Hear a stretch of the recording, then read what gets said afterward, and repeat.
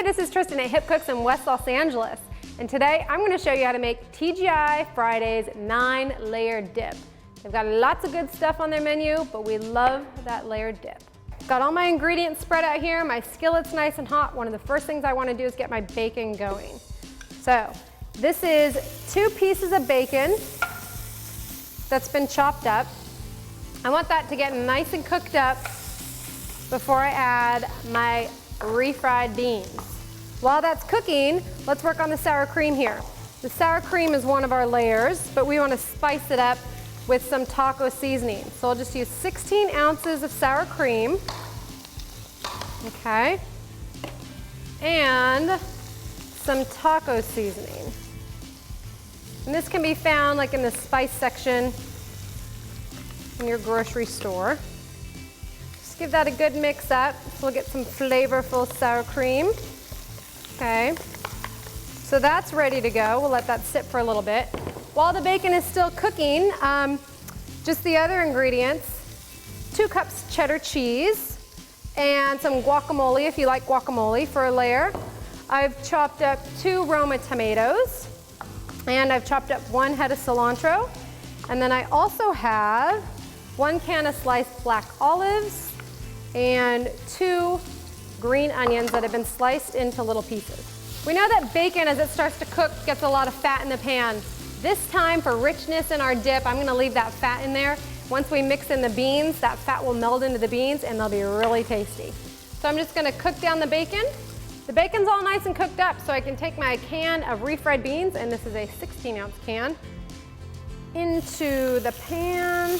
And you just wanna get the fat from the bacon and the bacon all mixed in together. It could take a while, or will take a while, to heat up the beans enough so that they absorb that fat. So give this process about 10 minutes before you can start composing your 9-layer dip. So the bacon and beans are all intertwined right now, so we can start layering. This is our first layer at the bottom. So I'm using about a 9x9 pan. Spread that along the bottom. If you have a clear pan like a Pyrex, that's kind of groovy because then you can see all the layers on the side. And then my cheese. So I want to use the majority of my cheese on the second layer, but save a little bit, about 1/4 cup, for the top. Then I'll make yummy, creamy sour cream. It has that dip inside of it, or the flavoring rather. Okay, so gently spread this over the top. And it's okay if some cheddar cheese gets on top of it, you'll never know the difference. But don't mix it together. We're working on layers. So once that's covering all 4 corners, the guacamole. Flop it around, spread it around just like the sour cream. Good.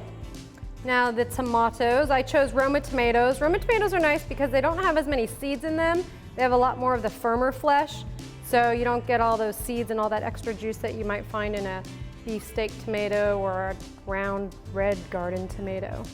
Cilantro. Just a light sprinkle. This is a whole head, but I think this is about enough. 1 can of olives. Then the rest of that cheddar cheese that's been grated for a little contrasting color, and green onions to end. All right, we've got our 9-layer dip composed, made at home. We know we can get it at T.G.I. Fridays because this is the T.G.I. Fridays 9-layer dip. It looks like it. I'm gonna give it a whirl.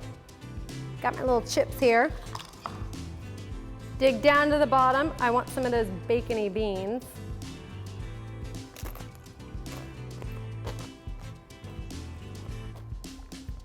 It tastes like the dip I know, and that is how you make a 9-layer dip.